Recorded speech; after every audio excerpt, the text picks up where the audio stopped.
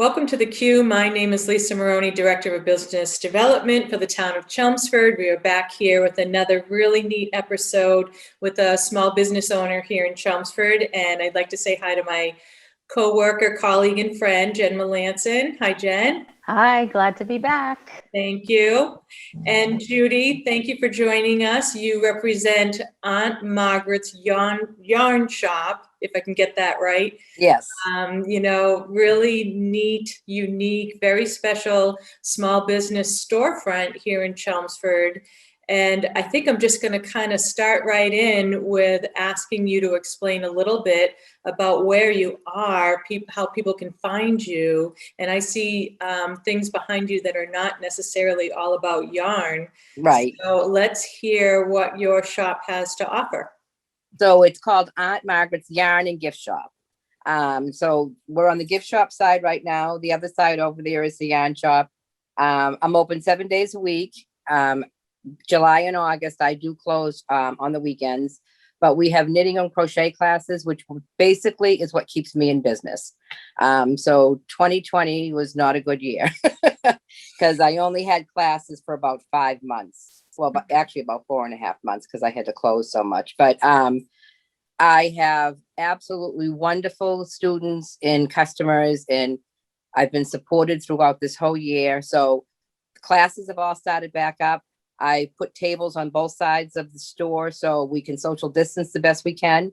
It's a long building, so it's pretty big. It's very deceiving when you drive by and people will walk in, they go, wow, I didn't realize it was this big. So it's long.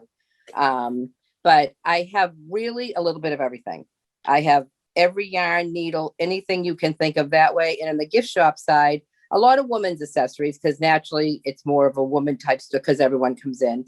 But I carry baby things. I carry a lot of Chelmsford stuff and a lot of name dropping for other towns, like glasses, signs, towels, I carry a lot of different things. That's great. Yeah. And I'm attached to Mahoney's Garden Center. Okay. So Mahoney's is well known. It used to be Lawton's.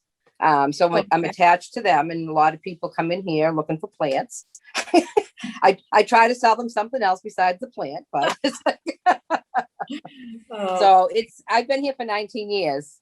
So it's just, I love it. I love it. It's a passion that is just, you just meet the nicest people in the world.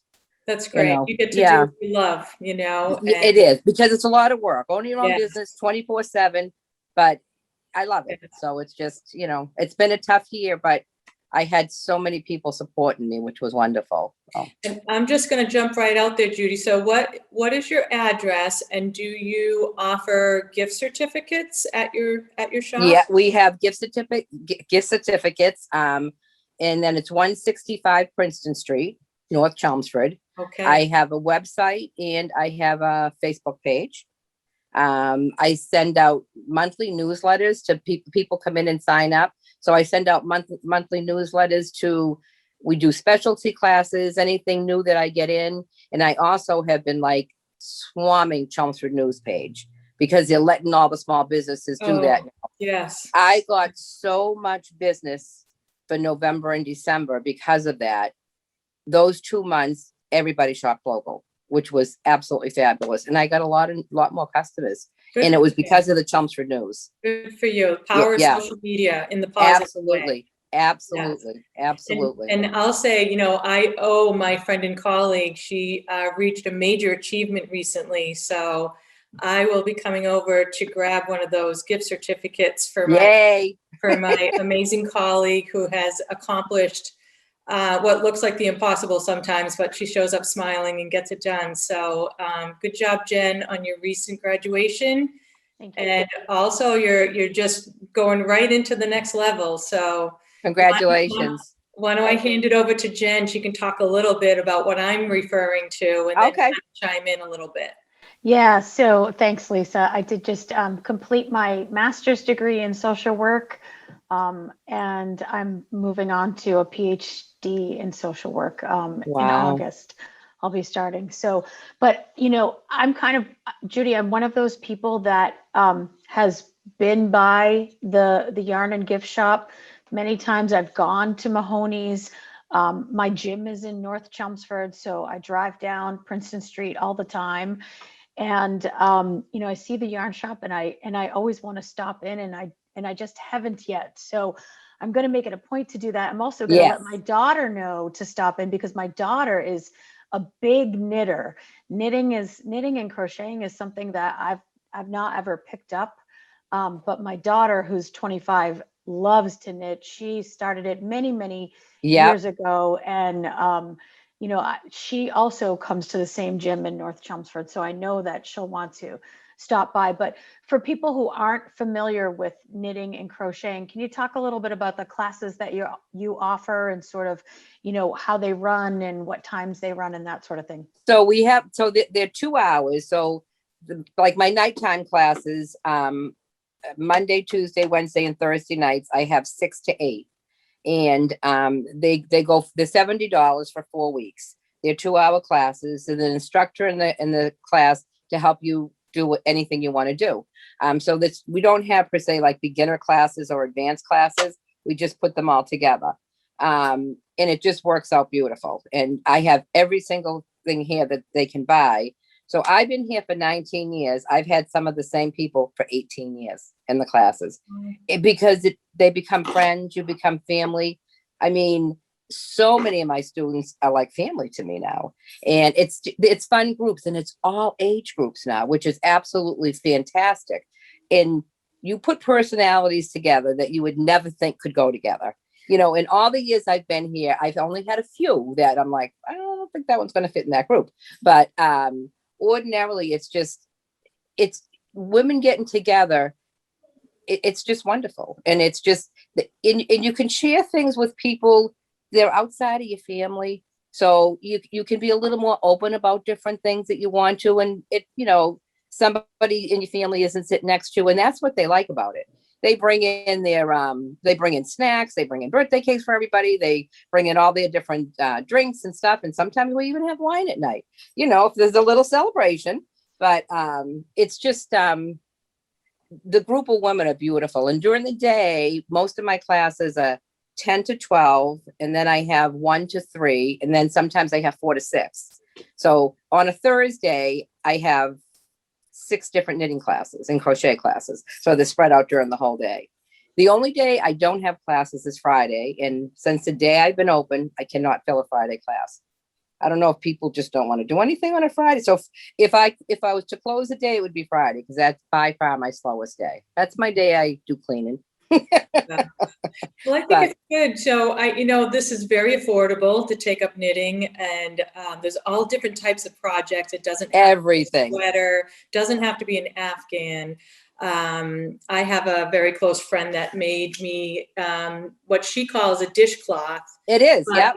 I use it for everything except a dishcloth. Yeah. But it's not overwhelming. It doesn't take you 6 months to get it done. Right. It's looks and colors and schemes and everything is just abundant choices, things like that. And I used to knit years ago, and it was more like a stress reliever, something that you do that is it's relaxing. Fun.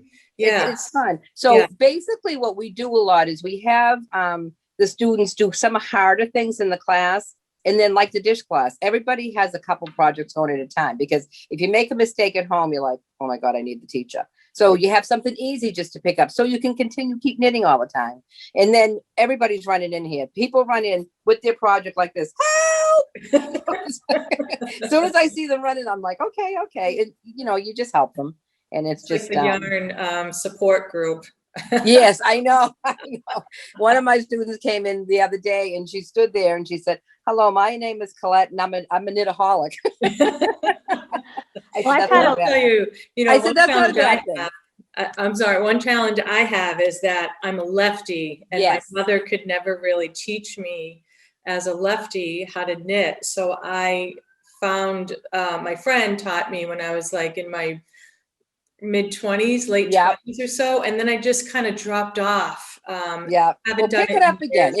Once you pick it up again, it's like ride a bike. You're just like, oh, this is how it is. Yeah. But they come out with, every pattern writer writes something a little bit different. So the different abbreviations sometimes are a little bit different, and that will confuse you.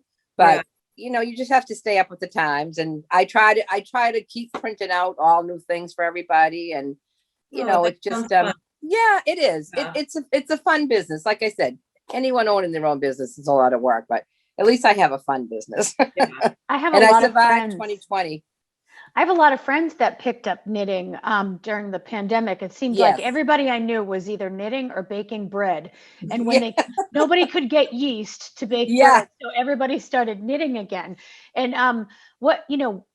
I know that COVID's been really tough on your business, Judy. What kind of changes have you had to make?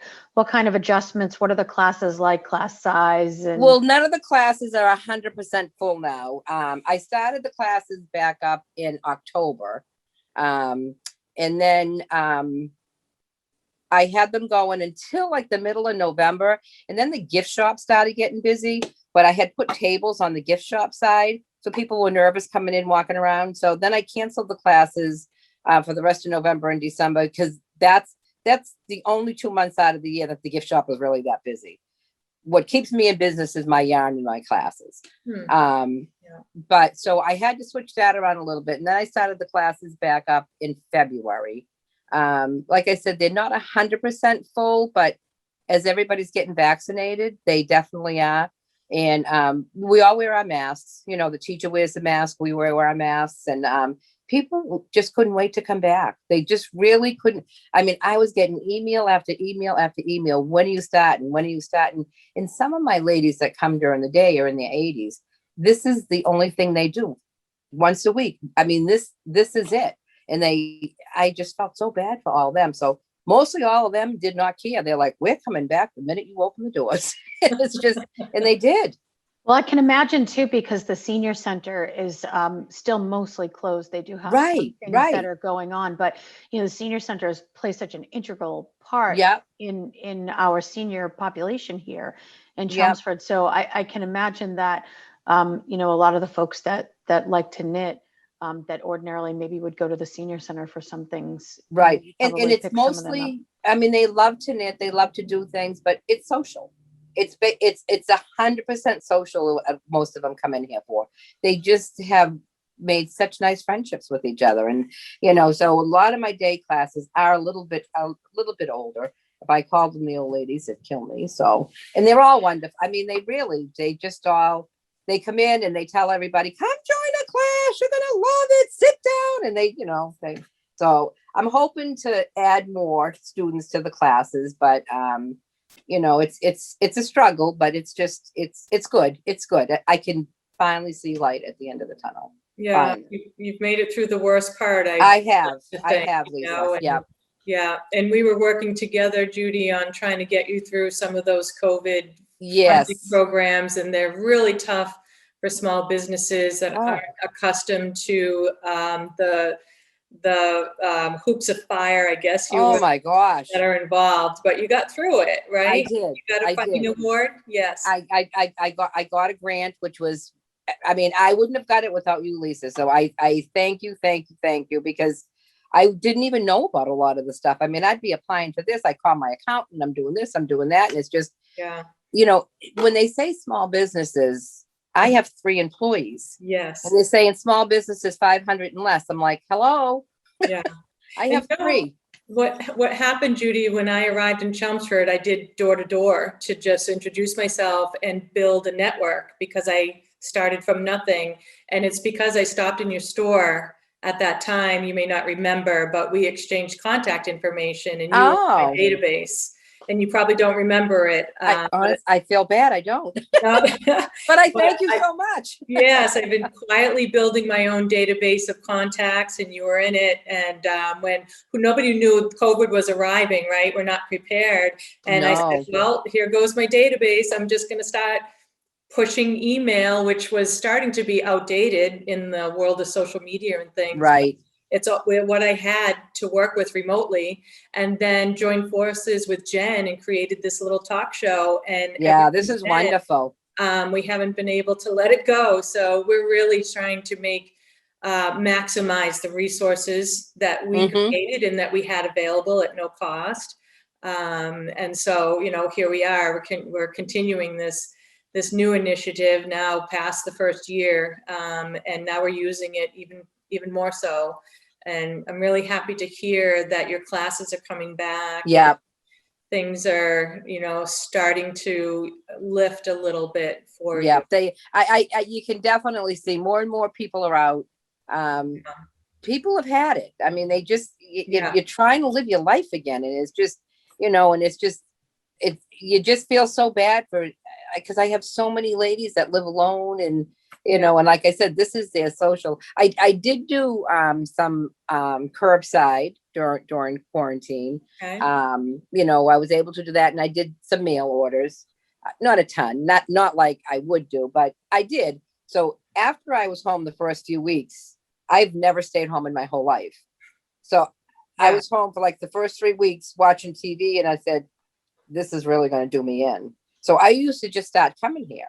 I switched everything. I cleaned everything, and people would see my car, they'd knock on the window. Can I have? So I'd run it out to them.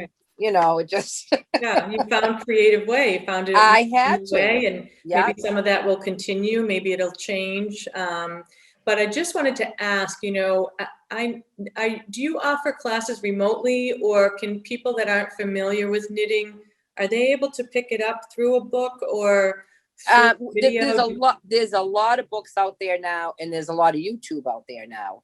Okay. Hands-on naturally is always your best bet. Yeah. It's always your best. We tried doing Zoom during quarantine, and it just, you need to be with somebody. You need to show them when you drop a stitch. It's hard to do it this way, but I know some other yarn stores are still doing remote class. I mean, on the Zoom, but me and my teachers just couldn't do it. We just couldn't do it. So, and then we just have specialty classes if someone just wants to come in and learn just a few stitches. So I'm starting all that back up again. Very good. I'm proud of you for kind of, we've all had to stretch out of our comfort zone. You had to. Absolutely. Yes. Yeah. Right. Perseverance. On camera. Sure. Yeah. Definitely. Yeah. And I think you should think about having a little Chelmsford Crafty show, 20-minute show just to help us I like that idea. Yeah. Habit of that, it's not just knitting, it's crochet and other things. And things. I have a beautiful gift shop. I do, because people walk in and they're like, wow, we didn't realize you had, because I do have a lot of stuff, but the thing right now is everything's on back order. Trying to get stuff because I haven't been to any shows, because usually I go to the gift shows. Yeah. And all my yarn reps come in. So everything is like this. I'm talking to people, and without seeing stuff, it's hard to order stuff. Yes. But I've done it so long. I kind of have an idea of different things, but so it's been a challenge, but it is what it is. So Judy, I have a very newbie question that I'm a little bit ashamed to ask that I don't know the answer to, but I'm going to ask it anyway. What is the difference between knitting and crocheting? I had a grandmother who crocheted so much and everything, and when I look at something knit and something crocheted, I can see that there's a difference. What is the actual difference? So knitting is the 2 needles, and it's a much tighter knit. Crochet is the 1 crochet hook. So they've come such a long way. Like crochet used to be like your granny squares. You think of your Nana making all the different things, it would be the big granny squares. They've come so far with crochet now that you can make sweaters, you can do everything. Everyone feels like crochet is a little bit easy to learn because you only have the crochet hook, and crochet is easier to fix your mistakes. When you make a mistake in knitting, a lot of times you have to rip it right out unless you can pick it up. Crochet is a little bit easier to fix. So, I have knitting and crochet teachers, and they equally love both, but knitting projects in the past always look much, much nicer, but crochet has come such a long way. So it's really what you started with and what you learn. And I love crochet because it's a yarn eater. You use a lot more yarn when you crochet.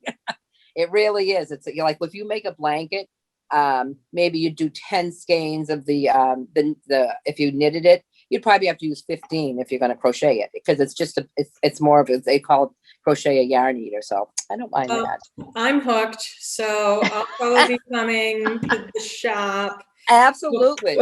Before we wrap it up, we only have a couple minutes left, and my burning question is, who is Aunt Margaret to you? And Okay, so Margaret was the previous owner.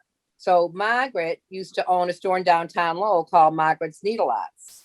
So that was right down. She owned it for 24 years, and then she came here when Lawton's owned it, and she closed Lowell because the rents got so high down there. So then she opened here, and I worked at the 99 restaurants for 24 years. I was a manager, and I was out driving around with my sister one day, and I said, I am so tired of being a babysitter, because that's what you do when you're a manager at a restaurant, because it's basically all kids. And so I came here to see Margaret because I had known her from the store in downtown Lowell, because I always bought my granddaughter she had those little Polly Flunder dresses and all stuff like that. So I used to buy stuff there. So I came in here on a whim saying, I'm looking to do something different. And she said, I think I'm selling the store. I was like, so she had a buyer, and then the buyer fell through. I had no intention. So I went home and I said to my husband, well, I had never run a store. I didn't even know how to knit when I bought it. I didn't know anything about knitting or crocheting because I bought a gift shop. That's amazing. Yes, I bought a gift shop, and I was just like, and that's when the scarf craze went nuts. Remember, like 1917, 18, 19, the scarf, all the furry, that's when it went nuts. That's when I was knitting. So that's what kept booming and booming and booming. And here I am 19 years later. Yeah. Well, you've survived through the worst, I think. And, good for you. You're very brave and courageous. Yeah. So I'm happy to be connected with you. And I'm sure I'll be appearing in your store very soon. Okay. And I hope to see you too, Jen. Definitely. Congratulations on your degree and everything. Thank you. That's fabulous. Thank you. A lot of hard work. Yes. A lot of hard work. Sure. Yeah. Well, thanks, Judy. And we're here. Chelmsford team is here to support your business. Anything you need from us, we're here for you. So just reach out.